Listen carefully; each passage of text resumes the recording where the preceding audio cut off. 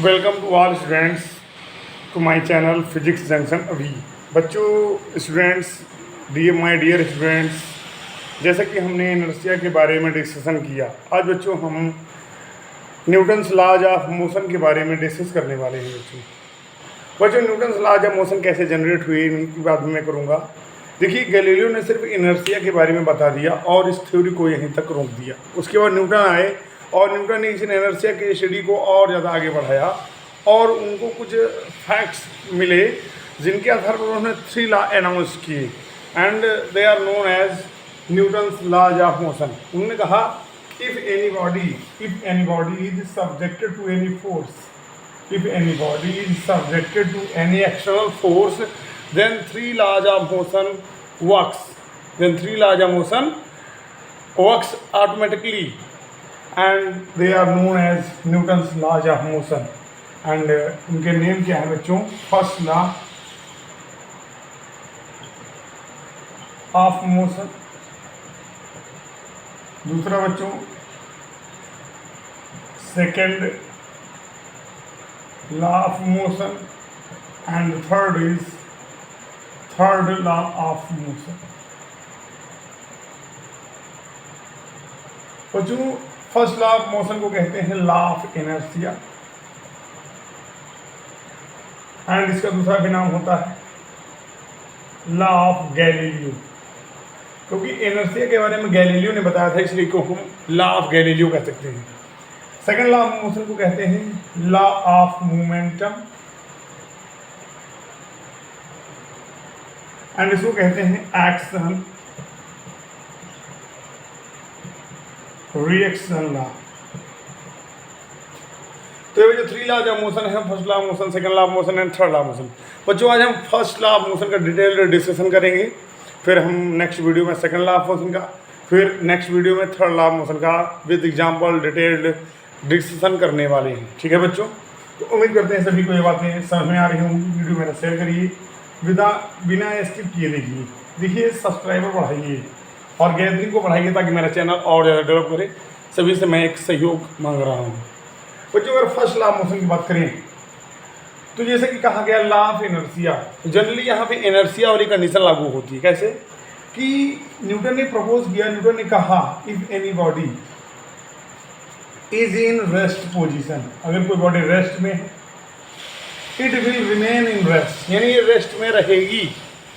If any body is moving in any direction, यानी इसमें किसमें है? मोशन में है और वो किसी डायरेक्शन में मूव रही है, it will remain moving in the same direction unless और until any external force is applied on the body.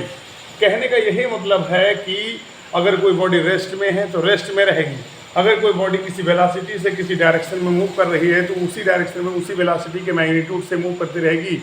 इनमें कोई भी चेंज नहीं होगा जब तक उस पर कोई एक्सटर्नल फोर्स अप्लाई ना किया जाए।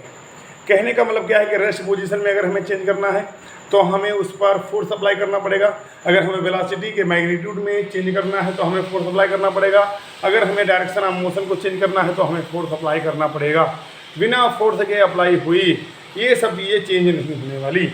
अगर आप बच्चों बात करें कि कोई बच्चा कहता है कि सर जैसे कि हमने एक मान लीजिए हम छत पे जाते हैं और एक मार्बल लेते हैं और फर्श पे लुढ़का देते हैं, ऐसे फ्लोर पे लुढ़का देते हैं, वो थोड़ी दूर क्या करता है? रोल करता है, रोल करते करते वो रेस्ट में आता है। जिसमें आता है बच्चों? रेस्ट में आता फिर भी, और हम उस पर कोई फोर्स नहीं लगा रहे होते, तो बच्चों वहाँ पर फ्रिक्शनल फोर्स लगता है। क्या लगता है बच्चों? Frictional force. मैंने कहा था जब कोई बॉडी किसी सरफेस पे मूव करती है तो एक पॉइंट ऑफ कॉन्टैक्ट पे एक अपोजिंग फोर्स जनरेट होता है जिसे बच्चों कहते हैं हम फ्रिक्शनल फोर्स। इसी की वजह से यहाँ पर बॉडी रेस्ट में आती है।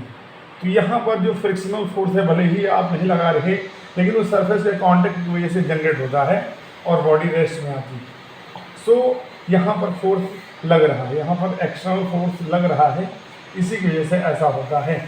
तो नेचर में जितनी भी बॉडी हैं, जितने भी ऑब्जेक्ट्स हैं, जितने भी पार्टिकल्स हैं, अगर वो किसी फोर्स के सब्जेक्ट होते हैं या फोर्स उन पर अप्लाई होता है तो उनकी रेस्ट पोजीशन चेंज हो सकती है, उनकी वेलोसिटी का मैग्नीट्यूड चेंज हो जाता है और उनकी वेलोसिटी की डायरेक्शन चेंज हो जाती है। यही बच्चों लॉ ऑफ इनर्शिया, इसी को लॉ ऑफ गैलीलियो कहते हैं, क्योंकि इनर्शिया का कॉन्सेप्ट सबसे पहले गैलीलियो ने दिया था। बच्चों को हम बात करने वाले हैं, अगर फर्स्ट लॉ ऑफ मोशन को हम मैथमेटिकली समझते हैं बच्चों तो कैसे समझेंगे। जनरली जो फोर्स का फार्मूला होता है वो जनरेट होता है सेकंड लॉ ऑफ मोशन से, और द फोर्स जो एक्सटर्नल फोर्स होता है किसी बॉडी पे लगता है वो बॉडी के मास और बॉडी में जो एक्सेलरेशन प्रोड्यूस होता है उसी के प्रोडक्ट के बराबर होता है। जनरली अगर हम बात करें, आप फोर्स अप्लाई करते हैं तो फोर्स अप्लाई करने से क्या होता है, देखिए अगर हम एक इनिशियल चीज़ लेते हैं, इनिशियल में फोर्स अप्लाई करने से क्या होता है, पोजीशन चेंज। और जब पोजीशन चेंज होगा बच्चों तो उसमें कोई ना कोई वेलोसिटी आएगी, सीधी सी बात है। जब वेलोसिटी आएगी तो यानी वहाँ पर चेंज ऑफ वेलोसिटी क्रिएट होगा, चेंज ऑफ वेलोसिटी प्रोड्यूस होगा, और चेंज ऑफ वेलोसिटी से जो फाइनल चीज क्रिएट हो रही है वो क्या हो रही है, एक्सेलरेशन। तो उम्मीद करते हैं सभी को ये बातें समझ में आ रही होंगी। अगर हम इनिशियल चीज लेते हैं कि कहने का मतलब क्या है कि कोई मान लेते कोई पार्टिकल है और यहाँ पर हमने दो प्लेस यहाँ पर डिफाइन किया, एक प्लेस ए है एक प्लेस बी है, और पार्टिकल को हम ए से बी तक ले जा रहे हैं तो यहाँ पर हमें एक्सटर्नल फोर्स लगाना पड़ेगा, और जैसे ही हम एक्सटर्नल फोर्स अप्लाई करेंगे पार्टिकल ए टू बी जाएगा, तो यानी जाएगा तो इसमें वेलोसिटी आएगी, है कि नहीं। और जब वेलोसिटी आएगी तो यहाँ पर चेंज ऑफ वेलोसिटी आएगी, और आपको पता है वेलोसिटी जब चेंज होती है तो वहाँ पर एक्सेलरेशन जनरेट होता है।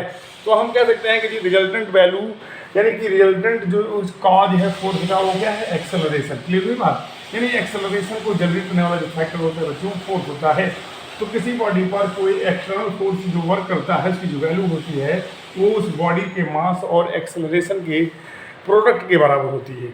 अब बच्चों अगर हम यहाँ पर लॉ ऑफ इनर्शिया फॉलो कराएं, अगर यहाँ पर हम मान लें कि कोई बॉडी है, किसी बॉडी पर जो एक्सटर्नल फोर्स है वो जीरो हो गया, तो जब जीरो हो जाएगा तो जीरो बराबर एम इंटू ए, यानी जो मास और एक्सेलरेशन का प्रोडक्ट है वो जीरो हो गया। अब जीरो हो गया तो आपको पता है किसी भी पार्टिकल किसी भी बॉडी का जो मास है वो कभी भी जीरो नहीं होगा। अगर वो जीरो हो गया तो आप फोर्स किस पे अप्लाई करेंगे, सीधी सी बात है, यानी कि किसी भी बॉडी का मास कभी भी जीरो नहीं होगा, किसी भी पार्टिकल का मास कभी भी जीरो नहीं होगा। तो जीरो क्या हो सकता है, एक्सेलरेशन जीरो हो सकता है। यानी कहने का मतलब क्या हुआ कि अगर लॉ ऑफ इनर्शिया फॉलो हो रहा है और वहाँ पर कोई भी एक्सटर्नल फोर्स अप्लाई नहीं हो रहा है तो कहने का यही मतलब है कि वहाँ पर जो एक्सेलरेशन होगा वो जीरो होगा। कहने का मतलब क्या है, अगर बॉडी रेस्ट में है तो ऑलरेडी उसकी वेलोसिटी जीरो है। अगर बॉडी किसी डायरेक्शन में किसी वेलोसिटी के मैग्नीट्यूड से किसी मैग्नीट्यूड से मूव कर रही है, वेलोसिटी का कोई मैग्नीट्यूड है यानी उसकी कोई ना कोई वैल्यू है, उस वैल्यू से किसी डायरेक्शन में मूव कर रही है, तो ना तो वेलोसिटी की मैग्नीट्यूड चेंज होगा ना ही वेलोसिटी की डायरेक्शन चेंज होगी। तो जब दोनों चीज़ें फिक्स रहेंगी तो वेलोसिटी बेटा कहलाएगी यूनिफॉर्म। क्या कहलाएगी, यूनिफॉर्म वेलोसिटी कहलाएगी। और यूनिफॉर्म वेलोसिटी को सीधे से पता है, यूनिफॉर्म वेलोसिटी से कोई बॉडी मूव करती है तो जो एक्सेलरेशन होता है that is zero, acceleration is zero. Clear हुई बात। तो लॉ ऑफ इनर्शिया यही कहता है कि अगर फोर्स अब्सेंट है तो वहाँ पर एक्सेलरेशन प्रोड्यूस नहीं हो सकता। तो उम्मीद करते हैं सभी को ये बातें समझ में आई होंगी, और इसके एग्जांपल्स जो होंगे हम नेक्स्ट वीडियो में आपको देने वाले हैं। तब तक ये बने रहिए मेरे चैनल के साथ। धन्यवाद।